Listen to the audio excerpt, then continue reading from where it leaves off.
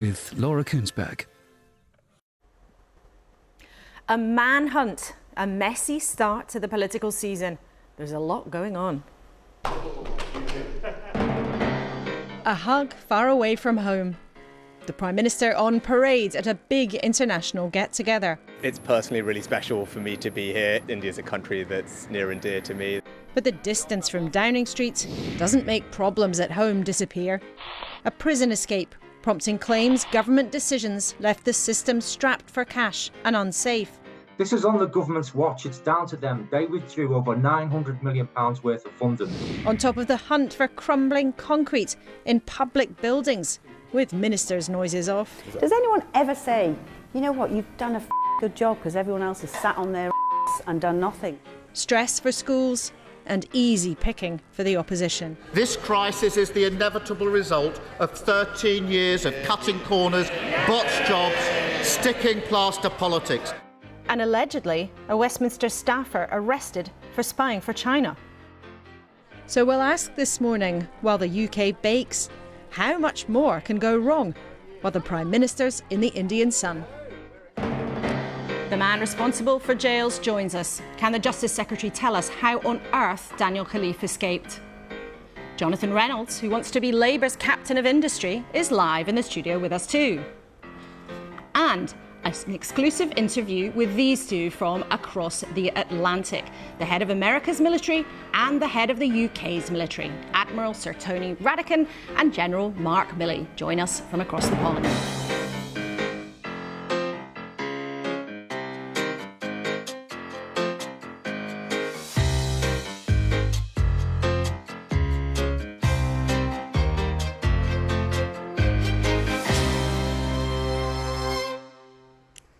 Hello, and with us on a busy weekend for the news.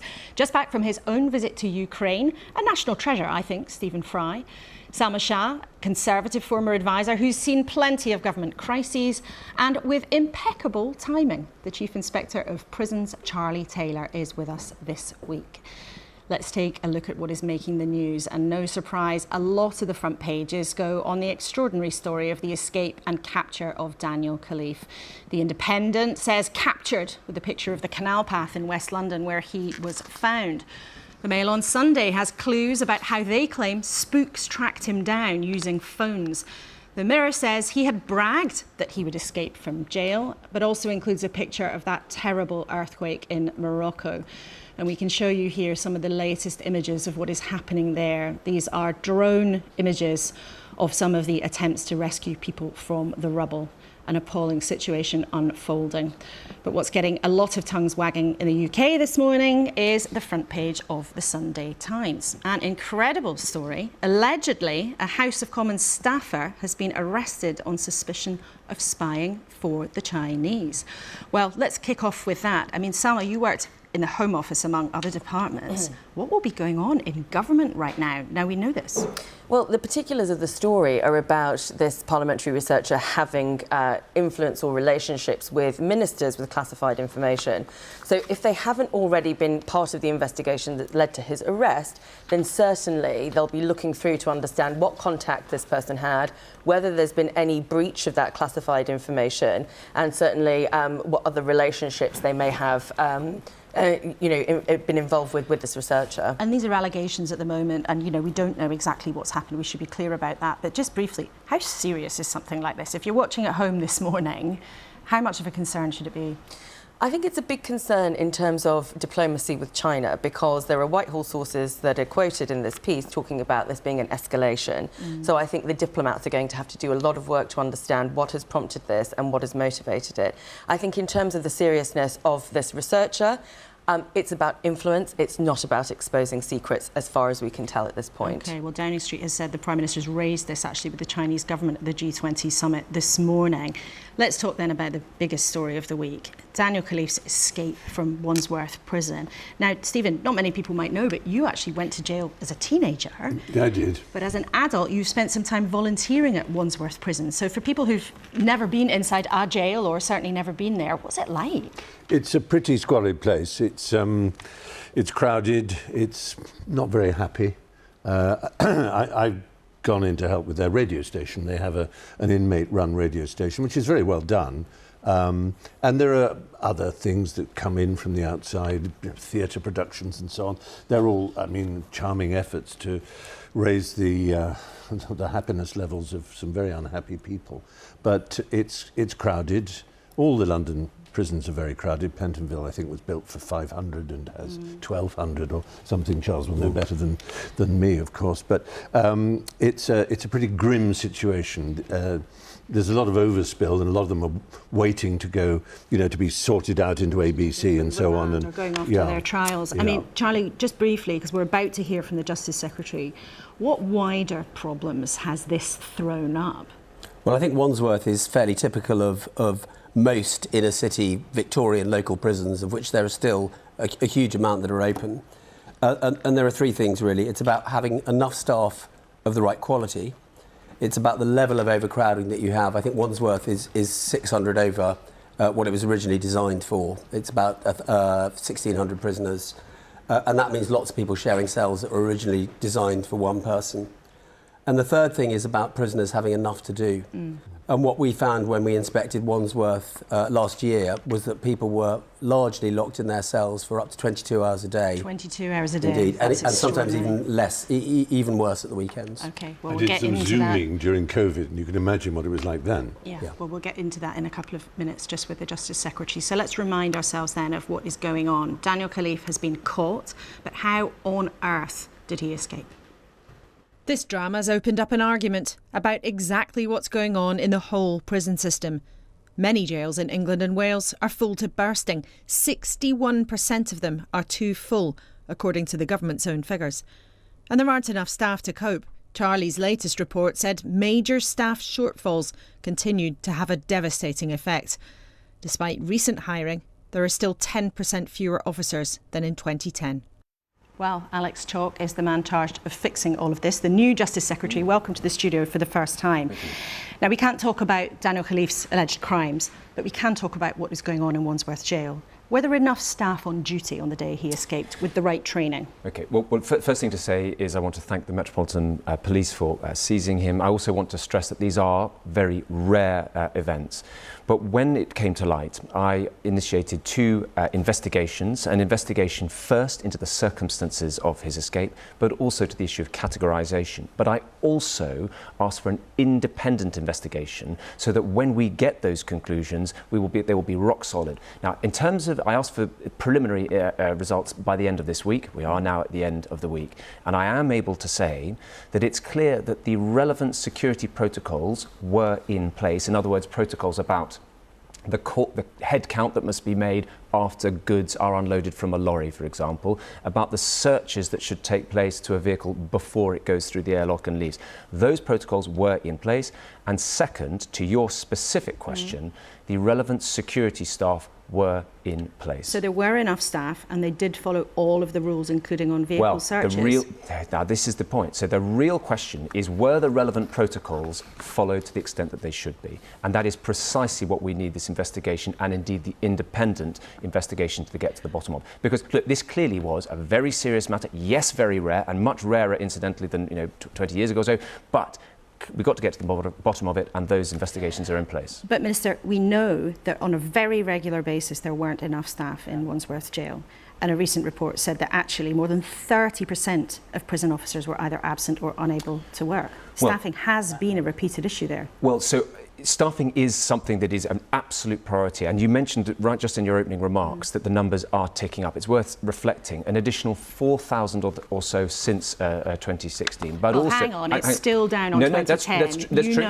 That's true. So there was a real fall off, and then in recent years it started to tick up. Exactly. But let's get that completely clear. I want to deal with this point very specifically. So, since May 2022, the numbers have gone up by 700 in that time, which is to your point. But here's the really, really important point, is that the so-called attrition rate, that's to say the rate at which prison officers leave, is down by a very meaningful amount. And that's because we've done really important things to address that. One, we've accepted in full the Prison Service Pay Review Body recommendations on pay. Second, we've invested £100 million to improve security. That's to say, every prison officer having body-worn cameras. That's important because in potentially volatile situations, you can dial down the temperature and ensure that what might have escalated de-escalates, and to really support our prison officers who do an exceptional job. It is a difficult job. But let's come back to what happened at Wandsworth on that day. So you've said explicitly there were enough staff doing the job when he escaped.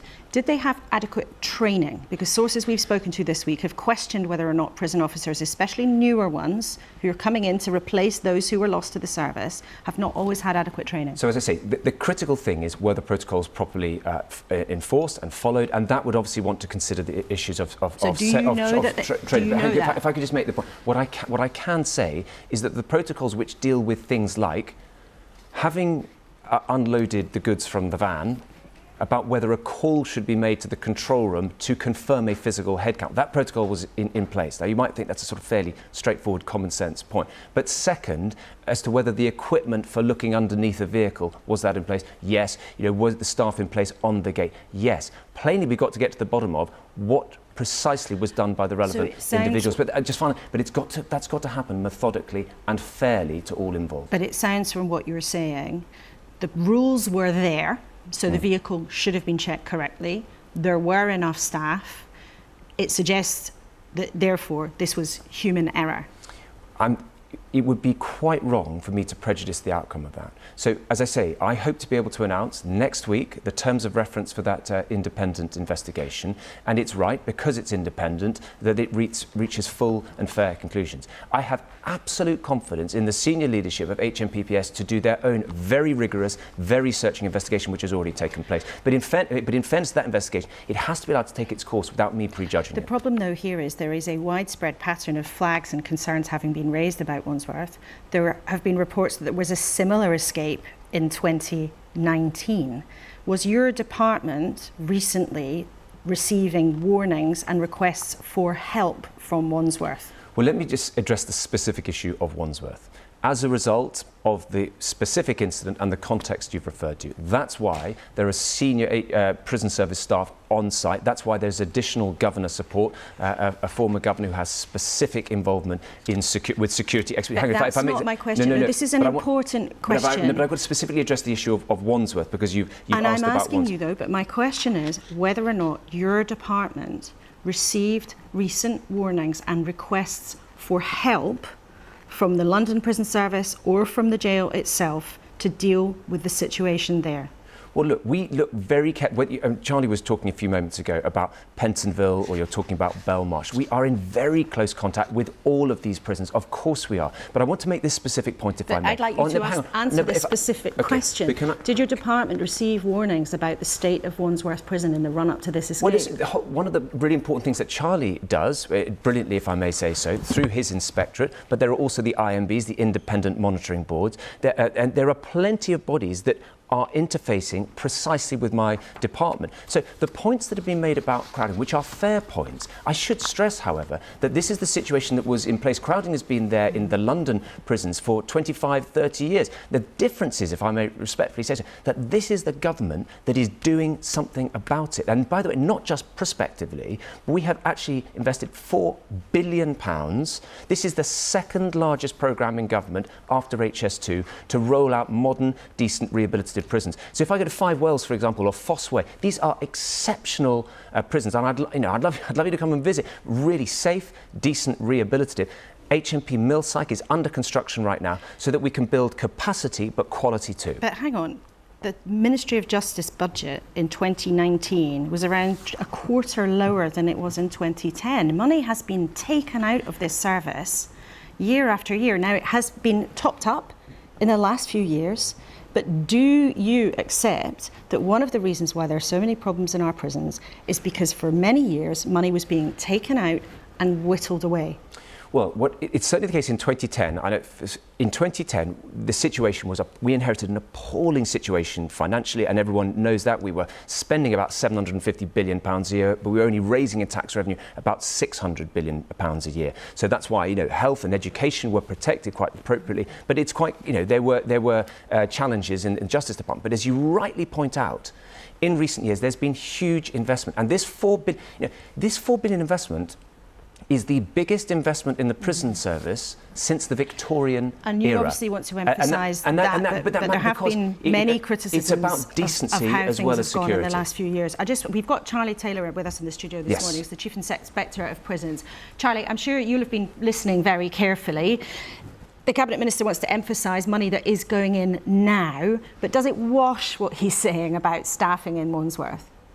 Well, I think Wandsworth is a prison that for many years has struggled, and I think if you look at funding for prison and you look at conditions in prison, I remember when the 2019 urgent notification came out from Feltham, and I bumped into my predecessor but for David Ramsbottom, who sadly died recently, and he said to me, before you look at the Feltham report for 2019, look at my own report for Feltham for 1999. And actually, you could have cut and pasted between the two reports. So this is an issue that's been going on for long periods of time. And I think there's a much longer term question about who we want to lock up, how long we want to lock people up for, and what we want to happen to people when they are locked up. Just as we've got you here, Minister, for your first interview as Justice Secretary, you clearly, as a former barrister, you care about the criminal justice system. Instinctively, would you like us to lock up more or fewer people? Look, one of the things you know as a barrister is you respect the courts, and therefore you have to give effect to the order of the court. Now, if the judge says, having considered all the material, having considered the plea and mitigation, the evidence from the prosecution, that X, Y, Z sentence is required, my duty as the Secretary of State is to give effect to the order of the court. Politicians decide. No, of course, and that is absolutely correct. So look, we have got to make sure that we are keeping the public safe. When I came into office, I said I wanted to ensure that the guilty are convicted, the innocent walk free, and the public are protected. So, of course, Act 1, Scene 1 is to protect the public. But is the population too high? Because it is much higher than it was, say, 20 years ago, 10 years ago. Well, it's not much higher than 10 years ago, but it is higher than it was 20 years ago. Look, the issue is, notwithstanding the proper point you make about sentencing guidelines and judges faithfully and brilliantly give effect to those, but we also have to recognise there are issues of public confidence. So when, for example, an appalling case like Wayne Couzens, the British people are rightly saying, yes, there should be a whole life order there, because what took place was so appalling, was such an affront to basic human decency about the way he behaved that he should spend the rest of his life in bars. Now, we have to respond to that. We have to give effect to the order of the court, and we have to uphold public confidence. But it's also, but it's also the case that where, for example, the Magistrates Court or indeed Crown Court judges say, do you know what, there's going to be an unpaid work order here rather than sending someone to custody. We need to have seriously robust community orders which rehabilitate people as well as punish offenders. So there's a lot on your to-do list in the Justice Department. Let's talk about an important story this morning revealed by the Sunday Times. Allegedly, a parliamentary staffer arrested for spying for the Chinese, targeting senior Conservatives. Now, Downing Street has expressed its concern. We understand Rishi Sunak has expressed his concern to the Chinese Premier this morning at G20. But what are you actually going to do about this as a government? I mean, have the Conservatives been taking the threat of China seriously enough? Because maybe this suggests you haven't. Well, look, I mean, the Prime Minister has framed the issue of China very well. He's called it an epoch-defining challenge. So you cannot wish away China. China is the world's second biggest economy. When we try to address climate change, China is responsible for about 28, 29, 30% of global emissions. We in the UK are 1% of global emissions. So just, what are you going to do? Let me just address that. So on the specific point, however, on this issue of threat, in the instant case, let the police do their job. If there are to be proceedings, we don't want to say anything which prejudices those proceedings. But we proceed with caution when it comes to China. So that means we stand up for human rights. We stand up for the rule of law. But what it also means is that we strip out Huawei, for example, from our 5G network. So I'm from Cheltenham, we have GCHQ in Cheltenham, and they will be playing their part as well to ensure that we are cyber secure. And that is something which is why we call it an epoch-defining challenge. It means that you engage, but you engage with caution. Some of your colleagues, though, including Conservatives like the former leader, Sir Ian Duncan-Smith, think that you should be much tougher, that China should be declared as a threat. The former Prime Minister Liz Truss believes that as well. Shouldn't you be taking a more aggressive line? Well, we have to take a calibrated line. That's the point. I think it would be wrong, and the British government is in the right position. It would be totally wrong to simply disengage. And incidentally, our other G7 allies, if you look at France, you look at Germany, they're adopting a similar approach as well. So Of course, there are plenty of things taking place in China which we are right to raise with the Chinese. We will always uphold our values as a rule of law nation, as a nation that believes in human rights, fundamental human rights, and we won't be afraid to assert them. But it would be quite wrong to pretend they don't exist and don't engage, given that livelihoods in our country depend upon what happens in Beijing. It's right to engage. Okay, and lastly, a few minutes ago you were talking about your belief that the public want to see people who should stay in jail, who are a danger, stay in jail. Now, viewers might remember the terrible case of the murder of Joanna Simpson. Yeah. She was killed by Robert Brown, her husband. Now, this is important now because there's an impending parole decision about whether or not he should be let out after 12 years, I believe, of his sentence. I know you met her family recently. I think we can show viewers an image of that meeting. Can you tell us when that decision is coming and how sympathetic are you to their case? You know what, when it was one of the first meetings I had as Justice Secretary, and it was so appalling to hear what happened. I found it personally very painful to hear. And you know what I said is I will do everything I properly can within the law to keep the British people safe and to ensure there is justice in her case. There is not much more I can properly say because there is a danger that, frankly, you prejudge issues. I'm not going to prejudge them. I will address them as I can. But she has the family have my word, and Hetty, her friend, has my word. We will do everything we can to keep her safe and to ensure there's justice in her case. Okay, Justice Secretary Alex Chalk, thank you very much for being with us and with our viewers this morning for the first time in your new job. Thank you very much indeed. Well, let us know what you thought of the Justice Secretary's answers about all of the dramatic events that have happened in his short time of the job so far. You can email me, kuenssberg@bbc.co.uk. If you're social media inclined, you can use the hashtag #BBCLauraK, and we'll try and share some of your conversation later in the programme. And the headlines, as ever, are unfolding on the BBC Live page. The address is there for you now. Now then, to my table trio. Charlie, there you were highlighting the long-term issues here. Alex Chalk obviously wanted to highlight what the government's been doing in the last couple of years, but was he realistic about the scale of the problems? Well, it is an enormous challenge, and I think when you just look at things like recruitment, it's not just about the pipeline of people coming in, it's also about the quality of people coming in and the fact that many people are leaving the job after quite short periods of time.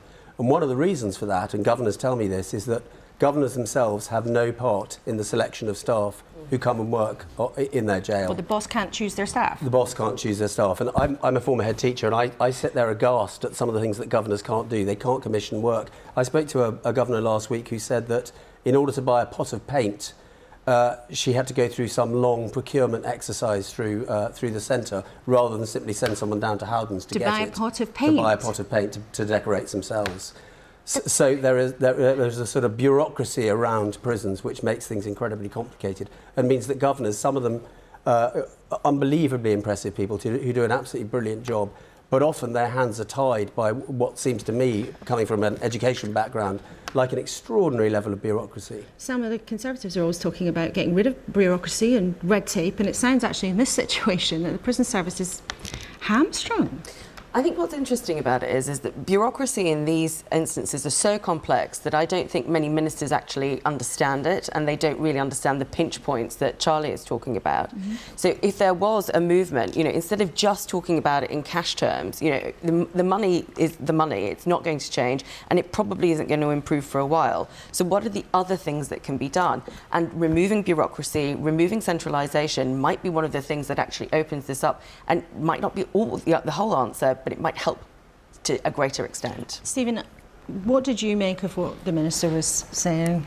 I was disappointed that he mentioned Wayne Couzens, because it's a bit like the tabloid press. 64, I believe, % of their crime reporting is on violent crime. 6%, I think it is, of prisoners in prison are violent criminals. In other words, the vast majority in prisons are not that kind of a threat. It's drugs, it's things that are related to mental health and to their conditions of living, and these are reproduced and amplified by being in prison. And to be scary about it and say we must keep everybody safe. Well, of course we must keep people safe, but to use that as an excuse for simply continuing down the same path seems to me to be very foolish. But Charlie, give us some historical perspective, because if you go back, and we've been looking at the numbers in the last couple of days, say 20 years ago, we did lock up far fewer people than we do now.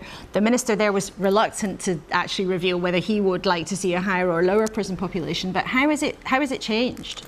Well, if you go back to the mid-1990s, when actually crime was much higher than it is now, our prison population was half what it is, or pretty much half what it is today. I think it was around 42, 44,000. And it's now gone up to over 88,000. The projections are that it will go up even further. And the problem is, if it goes up even further, what that means is more prisoners sharing cells that were designed for one person, continuing to use these old, battered, crumbling, vermin-infested Victorian jails, which would make fantastic museums or flats, but really are not fit for purpose for the 21st century. But also that there aren't enough staff in place to be able to unlock prisoners and actually to begin to do the things with prisoners that are actually going to help them to not offend when they come out. Prisons have got a public protection duty to keep people locked up when they're inside, but they also have a public protection duty to make sure that they put in place the things that mean that when someone leaves prison, they're less likely to reoffend. And reoffending and rates you won't are really rehabilitate high. someone if they're banged up in their cell. Oscar Wilde, after he left Reading Jail for 2 years hard labour, he wrote a letter to the press in which he said, in a Christian or in a civilised society, when a prisoner leaves, they should be embraced, they should be welcomed, they should be thanked, they should be congratulated. They are free, they have served their time. But in England, he said, when you leave prison, that is where your sentence begins. But Salma, there is, though, politicians pick up on public concern, don't they? Do you think you're going to see at any point in the near term a politician making the kinds of arguments that Stephen's been making about rehabilitation and getting numbers down? This is exactly the point. I mean, which politician, whatever party they're from, is going to put front and centre in their manifesto that they want prison reform and that's going to be their focus? Do they privately believe it and they just don't say it publicly? No, I think there are some that privately believe it. I mean, actually, Danny Kruger MP, who's on the backbenches, I believe, he's done a lot on prisoner reform. So there are pockets of people who actually do care about this issue. But on a macro level, are they going to stake an election on issues like prison reform and rehabilitation? But just to go back to something you said, you asked the Justice Secretary, does he want to see a lower prison population or a higher prison population? The answer is very simple. You want a lower prison population because you want crime to be reduced and for fewer people to have custodial sentences as a result. And that is a longer train thing rather than just talking about prison reform. And that's also a big challenge for any government and this government probably as we're on the runway to the next general election. Let's talk about something else that affects every one of us in a different way, the conflict in Ukraine, which is going on.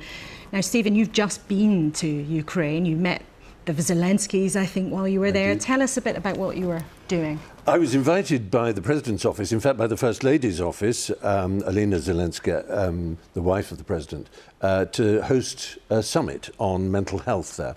I was so impressed that a country at war would host a summit on mental health, that it isn't just presenting an image of resilience, it's also presenting an image of fragility, which I thought was honest and remarkable. And it's clear that traumatic mental health issues strike the nation very hard, not just soldiers who have suffered, I think thousands have lost limbs already, thousands and thousands, and that carries huge mental burden and strain. But children every day being taken down to air raid shelters, every day having to worry about what's happening to their father or their mother who are at the front. So I thought this is obviously something I couldn't turn down, plus curiosity. I've never been in a war zone, hadn't ever been to Ukraine. And what actually happened when you were there? Well, there was an air raid the night before the summit, actually. A great screeching woke me from my slumbers at about 4:30 in the morning, and I was told to go down to the basement. We knew where that was. There were signs saying shelter as soon as we went to the hotel, so we were aware. And down I went. There were a few people there. The staff were there. There was water and a coffee machine. They were quite smart. They knew that the early warning was such that there'd be, if there were a serious threat to Kyiv itself, there'd be a later warning. And indeed that happened. An explosion was apparently heard and others then came down and the bomb shelter was full. It was alarming in every sense of the word. It was no threat to me. That it was apparently some drones that were downed by their defence, so there wasn't even a building hit. But it was a reminder, and this happens 4, 5, 6 times a week. And what was the thing that most struck you about all of the people you met? I know you met some bereaved families. Well, their commitment to the war was really interesting. I mean, of course, they hate that it's happening. I spoke to a woman who had lost her husband only 2 weeks earlier, and her husband was an artist, a musician, and she was an artist too. And they said that a lot of their friends who were of the more militaristic caste, if you like, hadn't volunteered early on, but a lot of artists had. And if you know anything about the history of Ukraine, in the 1930s, they had what they called the executed Renaissance, a flowering of artists and thinkers and poets and painters who were all gulagged or shot by Stalin's Soviets. And this happened again in the 60s. Tyrants do that. Putin does it. The intellectuals, the intelligentsia, whom we mock at home because we have the freedom to do so, they're the first target. And so they were the first to volunteer. It was very revealing. And my goodness, they hate the Russians. They want this war to carry on until they know they have won. One of the interesting things about it, Selma, is not just the determination, which took many other countries by surprise, the determination of Ukraine to fight, but also in this country at least, the political consensus for supporting Ukraine is rock solid. That seems to be fracturing a bit on the other side of the Atlantic, but here at least it's rock solid. Why do you think that is? Well, there's a part of me that wants to say that it's the idea of British exceptionalism and, you know, invoking Churchill in the Second World War. I think, though, that, and actually there's an element of this about the EU as well. Britain has always had a sort of difficulty, or parts of Britain have had a difficulty with Russia as a threat in Europe. Mainland Europe has generally considered Russia as a partner and not an ally, but a partner that they have to do business with because of energy supply, etc., Germany in particular. Now, I know people will talk about, you know, lots of wealthy Russians coming here, but it's not the same thing as sort of our geopolitical positioning. And I think that has always been something that we have been concerned about. Our worry about Russia as a threat on our doorstep has always been a little bit more acute than the American fear around China, or indeed the Europeans having to work with Russia much more closely. Very interesting indeed. Now, we were talking a few minutes ago about that extraordinary story about allegedly a parliamentary staffer being arrested for spying for China. A few minutes ago, the Prime Minister was asked about this while he's at the G20 summit in Delhi. This is what he had to say. We have a new act in Parliament that allows us to stop foreign investment into sensitive sectors of our economy, which we deem to be unsuitable. And we're passing new laws in Parliament to ensure the registration of foreign individuals who are operating in particular activities in the UK, other laws to protect our higher educational institutions from undue interference or influence. So all these things are happening. And no doubt you'll be able to follow the rest of that story as it unfolds across the rest of the BBC today. Now, as we've just been talking about, the real-life consequences of the conflict in Ukraine for men, women and children are profound. The country's incredible resistance, Stephen was telling us about, to the Russian invasion has been bolstered by billions and billions of pounds and dollars from the West. Over the summer, Ukraine has been trying to push back Putin's forces, the summer offensive, and there's been some success. But for how long can they rely on weapons and vital support from other countries? The chief of the UK's Defence Staff, Admiral Sir Tony Radakin, has been in Washington this week with his counterpart and friend, the head of the American military, General Mark Milley. And we were able to speak to both of them exclusively, side by side. And we asked how much progress is really being made in Ukraine and who's winning right now. Sure. Well, first, how do you define winning? And I think all the political leaders of NATO and Europe and the United States certainly have said repeatedly over time in the last year and a half that what does winning look like?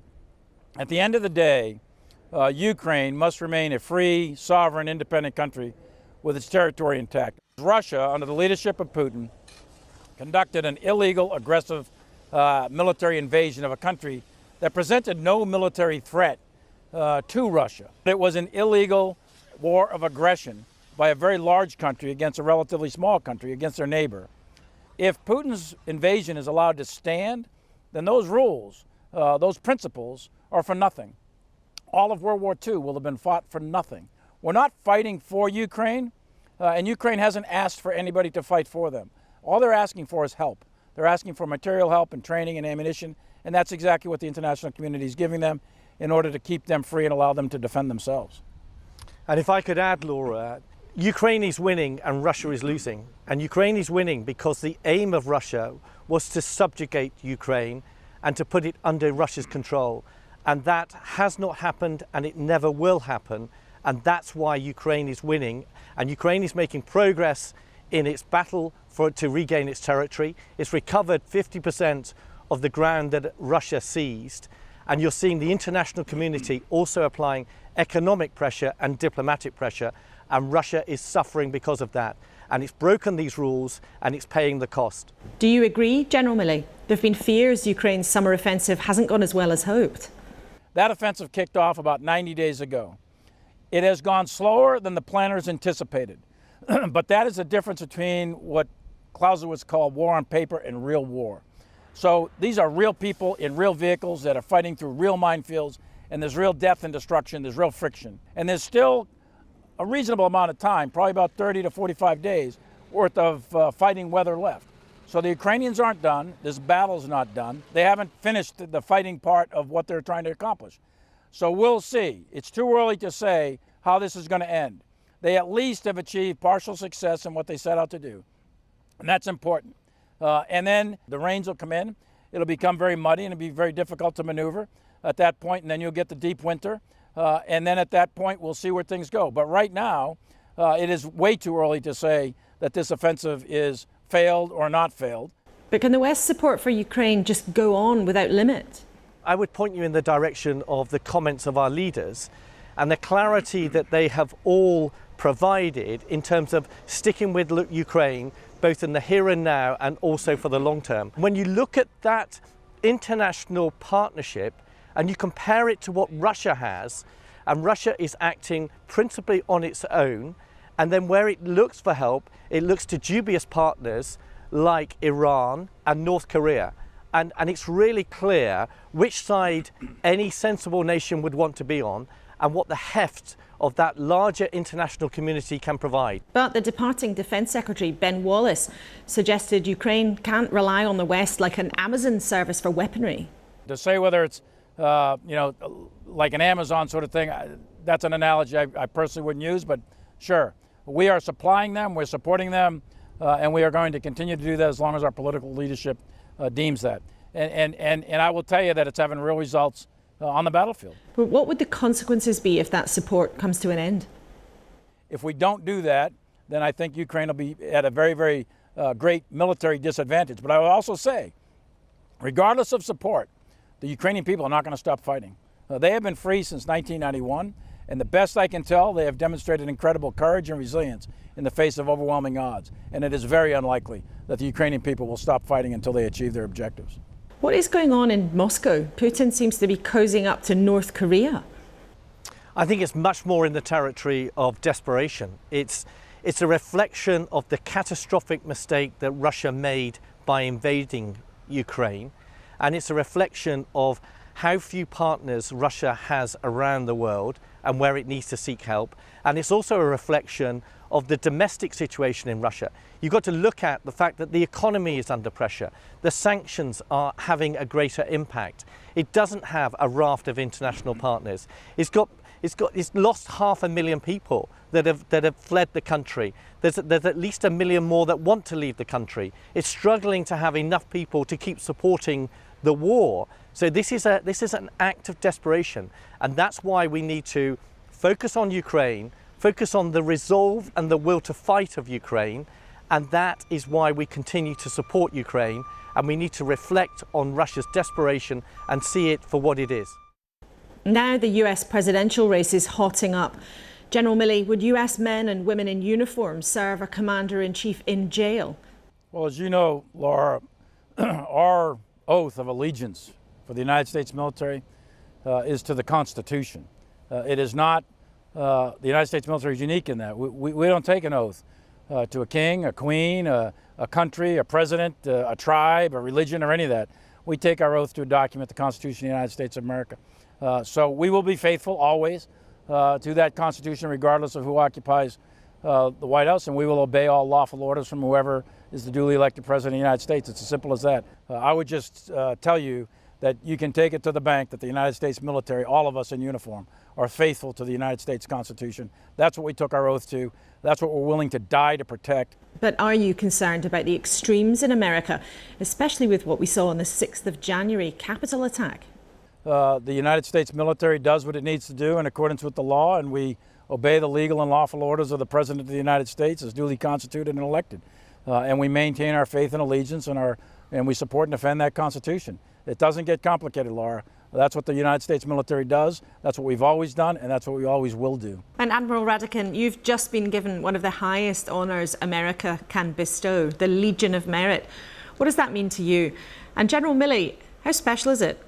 It was an enormous privilege, and it's very humbling. I am delighted to receive that award, and it's a reflection of a personal relationship, but it's really about a professional relationship between our two countries and what that signifies, and it keeps both our nations safe, and it's something that really is very, very special.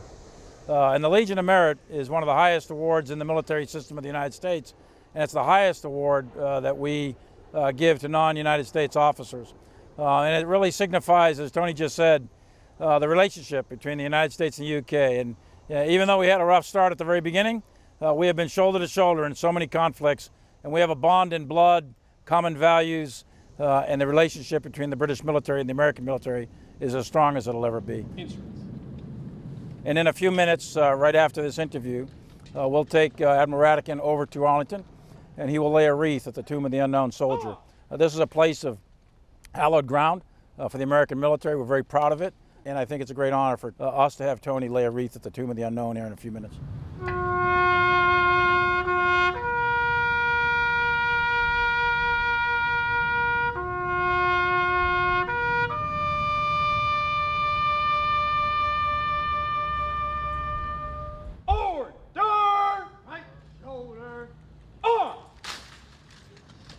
And lastly, General, you're about to stand down after an extraordinary career. What's next? Might politics beckon? You wouldn't be the first. Absolutely not. So I have zero desire whatsoever to enter into politics. I don't intend to do that. I'm a grandfather. My wife and I are going to look after the kids and the grandkids, and we'll do all that, and I'll do whatever's necessary in the future as long as I can draw a breath to defend the United States of America and defend its Constitution. Where that direction takes me, I don't know, but I can tell you one direction it won't take me is into active elective politics. And I'm going to restrict myself to saying that I really wish Mark a happy retirement, and I value our friendship, I value our relationship both as a personal level but also at a professional level, and I'm not too sure that I would wish to curse him with some kind of endorsement for a life in politics. I think happy retirement and whatever Mark wants to do, and I'm sure that our friendship and relationship will endure in the years to come. I'm going to run for best granddad. That's it. I'm sure somewhere in the world there is a political contest for best granddad, but the two heads of the military on both sides of the Atlantic speaking to us exclusively there. Now, back to home. A few months ago, Labour Shadow Business and Trade Secretary Jonathan Reynolds said that voters were yet to comprehend the scale of Labour's ambition for the economy. What does he reckon now? Well, he's here in the studio. Let's start, though, Jonathan, with the big story of the week, the escape of Daniel Khalif. Now, the Justice Secretary a few moments ago told us that all of the protocols were in place and there were enough staff. But is Labour satisfied with the government's explanations so far? Well, we will surely need an independent investigation to find out exactly what the details of this are. I think, to be frank, most people will have seen this story this week, and perhaps on the back of the story about schools falling down at the start of the week, and again they will feel there is simply nothing working as it should under this government after 13 years. And I would say, because the problems with this government, whatever had happened this week, there would have been plenty to talk about, and it probably would have involved public services not living up to the people's expectations. But we do recognise the danger here is not just that people have made their mind up on the government, that they are losing hope that British government can be better than this. And we recognise that. We recognise the responsibility that comes with that on our side. But I sometimes, in terms of the advice we receive, I would always say to everyone, you provide people with that hope with meaningful change that people think you can deliver, and that needs some solid foundations, particularly when it comes to economic and Let's business talk about policy. something meaningful, though, in terms of the prison service. I mean, Labour has been very critical of the government's handling of it, but would you commit to increasing funding? Well, perhaps the most extraordinary thing when you look at this is, in the government's own spending plans, they actually put a significant amount of money into capital spending because prisons are so stretched. Now, they haven't actually spent it. I think they spent 1.3 billion of the £4 billion allocation as it stands. So the first thing to say would be spend the money and get on with your plans. But again, it's a key area of public services that are just not delivering as the people expect. Would you commit to spending more? Do you think it needs more cash? Well, look, whatever area we're talking about, whether it's schools, criminal justice, the NHS, I will always bring that back to the fact that if we want and need to return to the kind of public investment we saw, frankly, under the last Labour government, the economy has to do better. If we've got the kind of growth rates we've had since 2010, if we've got low productivity, low wages, all of that limits the money you can spend on public services. So, of course, that's important, because what I want is good jobs in every part of the country, but it clearly has an impact on what you can spend on public services. That's why my area is so important. And you've said that the government hasn't done enough to increase and support the number of manufacturing jobs, but the reality is we are overwhelmingly a service-based economy. Manufacturing is about a tenth of the economy, and it has been for quite some time. How big would you actually want it to be? Well, first of all, we should never accept there's some sort of false choice between backing services or backing manufacturing. A healthy economy promotes all sectors. And I would just say, yes, we obviously recognise we are much more a services economy than in the past, but where manufacturing exists, it is high value, it is high wage, it is not some sort of sunset industry, and a crucial task is making sure that it can make the transition to net zero. What we're pointing out today is, if you look at the scale of ambition from, say, the Americans with President Biden and his industrial policy, we cannot ignore the impact that has had on how relatively attractive we are to investment. We have the lowest business investment already in the G7. And I know people want to always talk about how much money would go into this public service or that. I'm not asking you that. I'm asking you how big you would like manufacturing to be. I wouldn't put a percentage on it because it's relative to other parts. But you're criticising the government for not making it big enough, but then you won't tell us how big you'd like it to be. I would simply say there are jobs available in, whether we're looking at the supply chain for automotive and electric batteries, if we're looking at the future of aerospace, if we're looking at things that will be integral to this new modern economy that we're moving towards, there are opportunities that we're not building on. I wouldn't put percentage on it, but on some of this I would worry about actually losing jobs, as we have done. I mean, the Americans are gaining jobs in manufacturing, we are losing jobs, and that shouldn't be the case if we had the same level of ambition. But one of the prominent people who's meant to be on your side, Sharon Graham, the boss of the Unite Union, she thinks that your plans maybe don't really add up to that much. She said changes to planning laws and partnering, giving free money to corporations without commitments, won't move the dial. The truth is, without a real economy reboot, talk of high growth is for the birds. So if a leader of one of the biggest unions in the country who's meant to be on your side isn't convinced, why should anybody watching be convinced? Well, look, I would just reject that analysis entirely. I would say if you look at, for instance, sectors that are crucial, where there are significant numbers of Unite members, whether that's aerospace or automotive or the steel industry, our plans, our Green Prosperity Plan, is to put significant amount of public investment in order to partner with the private investment that is required. That is the big transition. Without that, we will lose these sectors. But we can remind our viewers, and I'm sure some of them will be remembering this themselves, that big commitment of borrowing 28 billion to create or to support creating those new industries, you're doing that more slowly than you'd originally hoped. Well, no, we've just clarified that, of course, our fiscal rules are the overwhelming framework, the overarching framework that is in place to do that. And, of course, this is not about taking whatever the government are doing and just adding an arbitrary figure on top. It's an assessment of what is required to get the maximum economic benefits for this country in terms of good jobs from this transition to net zero. And that does require a degree of public investment. But, changes to planning and changes to the apprenticeship levy and the skills system, making Brexit work better, devolving power to parts of the country where economic policy could work better. These are not small commitments. No. And again, I oppose any sense that meaningful change that adds up to a substantial, much more comprehensive industrial policy for this country is in some way small beer, because it's not. These are the things that will attract and change those big private investment partners. But it was interesting, you did say earlier in the year you weren't sure if people really got that yet, if they understood how ambitious you really are. Do you think they understand that? Well, I simply have the humility to say that no one on the Labour side thinks the job is done. We know people in many cases have made up their mind on the government. I think they're right to judge their record over that 13 years. But there's a responsibility on us to keep with that message of how change will make a real tangible difference. Not because we're announcing things or got aspiration or getting into whether this is where it sits on a political spectrum, but real change that will make a difference to their lives. And I would simply, again, look to the scale of some of our policies. I mean, look at the growth of the gig economy in the last few years. In some ways, it's to be welcomed, but it has come, in some cases, at the expense of working conditions and employment rights. We're going to change that. Look at what we need to do on some of our big sectors of the economy to make that transition. We're going to do and put that in place. Look at things like making Brexit work better. These are not small things, but they can be delivered by an ambitious government. There'll all be things I'm sure we'll talk about with you in the coming months, but I must ask you about this story this morning about allegedly a parliamentary staffer spying for China. Now, when there was a similar issue not so long ago with a Labour MP, Barry Gardner, that affected your party. Are you confident now that there won't be similar allegations involving people spying for the Labour Party? No, I'm appalled by these allegations, with the usual caveats that we'll obviously have an investigation in place, but democracy, freedom, the rule of law are integral to the UK, and that any country may seek to interfere in that in some way would be absolutely shocking.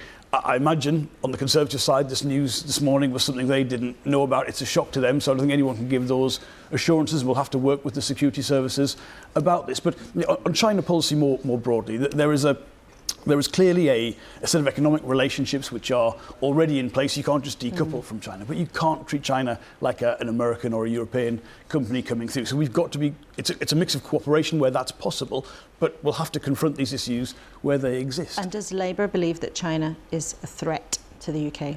I think when you have a story like this, it would be naive to say anything other than that. There are areas where I think that economic relationship can be a positive one and actually might, over the long term, be a positive thing, but you cannot treat it in the same way, especially when you've got these appalling and shocking allegations today. OK, Jonathan Reynolds, thank you very much indeed for being with us this morning. It's always great to have you in the studio. Now, it is nearly 10 o'clock and we started this morning talking to the Justice Secretary, Alex Chalk, after another messy week for the government with a terror suspect escaping from jail. I asked him if he knew yet what had gone wrong at Wandsworth Jail. It's clear that the relevant security protocols were in place. The relevant security staff were in place. So there were enough staff and they did follow all of the rules, including on vehicle searches? Now this is the point. So the real question is, were the relevant protocols followed to the extent that they should be? Now, as ever, you have been getting in touch. Thank you for letting us know what you think. On jails, Brian Kirk said if they have to spend 23 hours in their cell, it will give them time to think about their impact on their victims. But Claire Riley, a different viewer, wonders how many people are in prison purely because they have been failed by mental health services.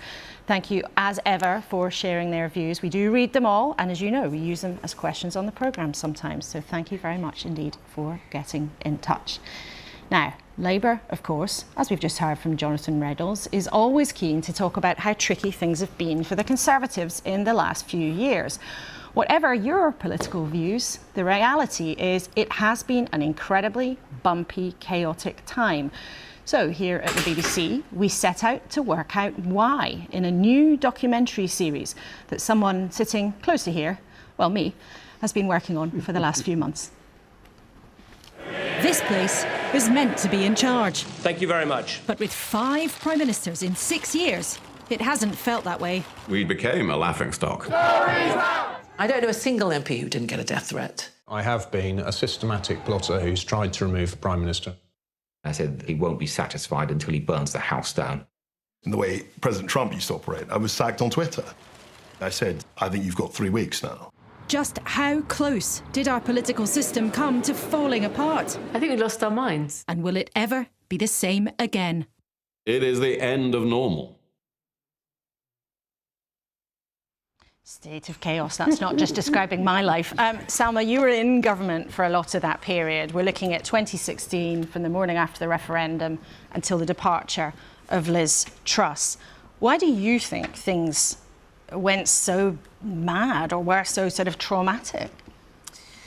There are a number of reasons. I'm going to watch this programme and be slightly triggered by it. I think that there is a bit of a fundamental failure in terms of the types of people we are recruiting and have in politics. I think there needs to be a big change in mindset of the kind of people who are coming in and what public service actually means. I hear all the time that people say, oh, well, politicians should be paid more and that's why it'll make it better. That's not what public service is. And I think we've also gotten into this playbook that politicians think that they have to answer things in a certain way, they have to do things in a certain way, and that there is a playbook by which they can function. And it's just not true. You have to meet the challenges of the time. And I think that's why there was a lot of chaos, because people just didn't know where to go. People were trying to follow the same rules in a very fast-changing world. I mean, Stephen, it's been an extraordinary period. You know, COVID, Brexit, all of those things. Brexit, we must mention Brexit. The Labour Party is afraid to mention it. It was a catastrophe and everybody knows it deep in their bones. Well, and not everybody would agree with you. They know it, of course they do. And certainly the rest of the world does. But aside from that, yes, it's funny because it's a clown car crash and you can't help being amused by it. But unfortunately, during that time, so much was taken out of what should be the run of politics. Extraordinary that you can have a conversation with an economics minister in Labour who didn't even mention the climate catastrophe coming, that there's a tsunami coming towards us, which is partly the technology and AI and what's going to happen to work for everybody in this country, almost everybody, and there is the climate crisis. And yet everyone's talking about sort of just doing the same thing, only better. It's catastrophic. Well, that's similar to what Selma said about the same kind of people coming in and trying to do these things in the same way. But Charlie, from a sort of practical point of view, you know, you're close to public service running. We've seen a huge churn from all these ministers as successive administrations fell over. I was trying to count the Justice Secretaries since 2010, and I think I've got to 9. And there's one I can't remember. So sorry to whoever that was, but I won't mention names. And then I started trying to do prisons ministers. I'm afraid I got absolutely nowhere with that. And does it matter? Of course it matters. If you have that level of a churn, of course it matters, because what happens is you get sort of bureaucratic drift.